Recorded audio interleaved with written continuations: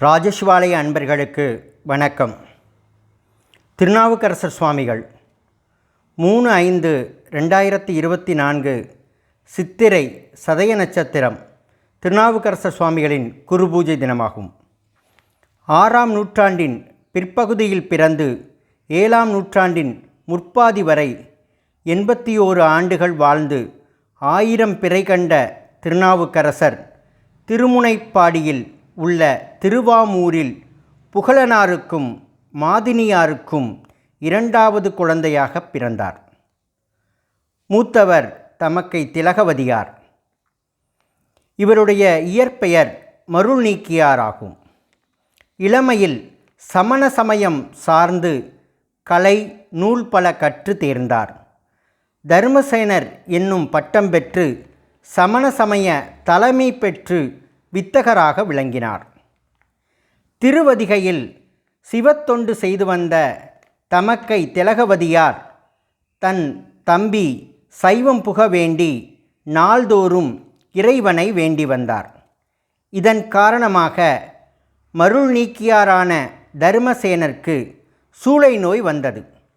தீராத வயிற்று வலியை யாராலும் சரி செய்ய முடியவில்லை.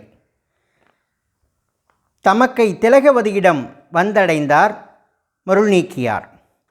திலகவதியார் இறைவன் திருநீற்றை கொடுத்து திருவதிகை வீரட்டானேஸ்வரர் திருசன்னதிக்கு அழைத்துச் சென்றார். அங்கு குற்றாயினவாறு விளக்கலீர் கொடுமை பல செய்தன நான் அறியேன் ஏற்றாயடிக்கே இரவும் பகலும் பிரியாது வணங்குவன் எப்பொழுதும் தோற்றாதென் வயிற்றின் அகம்படியே குடரோடு துடக்கி முடக்கியிட ஆற்றேன் அடியேன் அதிகை கெடில விரட்டானத்துறை அம்மானே என்று தொடங்கும் 10 பாடல்களை பாடியதும் இறைவனால் சூளை நோய் நீங்க பெற்றார். அவரது செந்தமிழ் பாமாலையை கேட்ட சிவபெருமான் திருநாவுக்கரசர் எனும் திருநாமத்தை அருளினார். சமண சமயத்தை விட்டு சைவ சமயம் சார்ந்ததால் கோபம் கொண்ட மகேந்திரவர்ம பல்லவன் திருநாவுக்கரசரை சுண்ணாம்பு காலவாயில் வைக்க ஆணையிட்டார். திருநாவுக்கரசர் சிவபெருமானை நினைத்து மாசில் வீணையும் மாலை மதியமும் வீசு தென்றலும் வீங்கிலவேனிலும் மூசு வண்டரை பொய்கையும் போன்றதே ஈசனெந்தை இணையடி நிழலே என்று பாடினார். அந்த நீற்றரை அவருக்கு இளவேனிலும் தென்றல் காற்றும் பொய்கையும் வெண்ணிலவும் வீணையோசையும் போல குளிர்ந்திருந்தது. நீற்றறையில் ஒன்றும் நேராததால் விஷம் கலந்த அன்னத்தை திருநாவுக்கரசுக்கு கொடுத்தனர். அதுவும் அவருக்கு ஒன்றும் செய்யவில்லை. பின்பு யானையை விட்டு அவரை மிதிக்க அரசனுக்கு ஆலோசனை கூறினர். யானையை கண்டு சிறிதும் அஞ்சாமல் சிவபெருமானை தியானித்து அஞ்சுவது யாதொன்றும் இல்லை அஞ்ச வருவதும் இல்லை என பதிகம் பாடி தொழுதார். யானை திருநாவுக்கரசரை பணிந்து வலம் வந்து திரும்பிச் சென்றது. பின்பு கல்லை கட்டி கடலில் விட அரசனுக்கு ஆலோசனை சொன்னார்கள். அரசனும் அவ்வாறே ஆணையிட்டான்.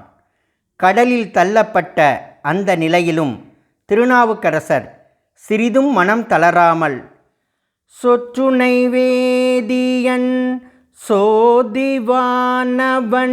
பொற்றுணை திருந்தடி பொருந்த கை தொழ கற்றுணை பூட்டியோர் கடலிற்பாச்சினும் நற்றுணையாவது நமச்சிவாயவே என்று பாடினார். கல்லும் கடலில் மிதந்தது. கல் தெப்பமாக மாறி திருப்பாதிரிப்புலியூரில் கரை சேர்ந்தார். இன்றும் நம் சிவாலயங்களில் திருக்குளத்தில் அப்பர் தெப்பம் காண்கிறோம். திருநாவுக்கரசரின் பக்தி சிறப்பை உணர்ந்த பல்லவ மன்னன் அவர் திருவடிகளில் வணங்கி அறியாது செய்த குற்றம் மன்னித்து அருள வேண்டினான்.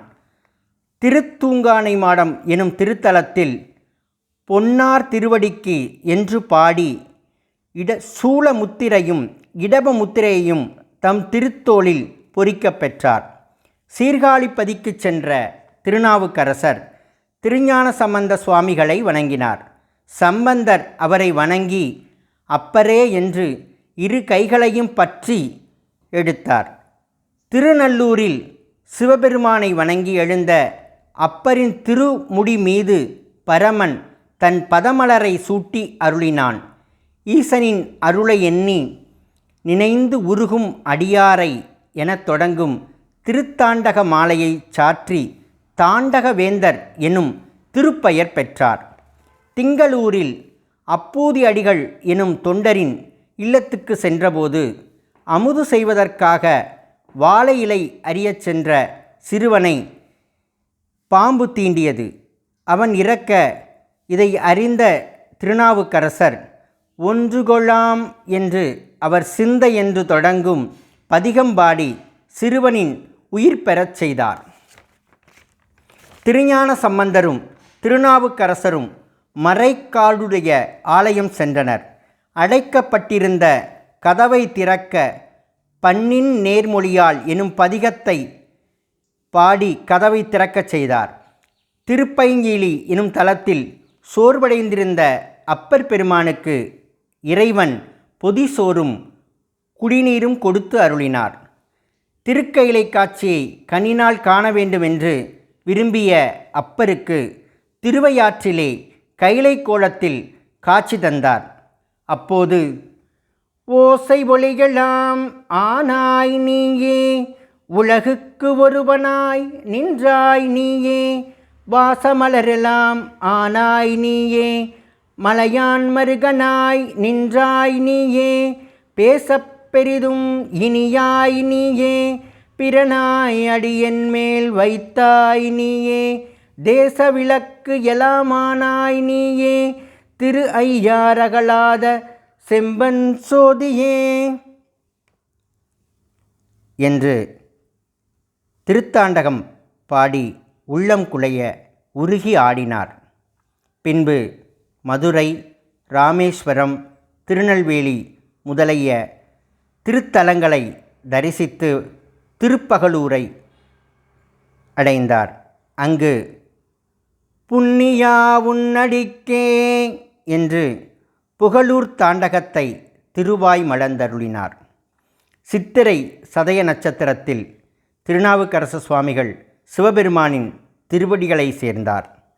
உளவார பணி செய்து பன்னாள் இசை செய்து ஆலிமிசை கல்மிதப்பில் அணைந்தபிரான் அடிபோற்றி. திருநாவுக்கரசு சுவாமிகள் திருத்தாள்கள் போற்றி போற்றி. வாழ்க வளமுடன்.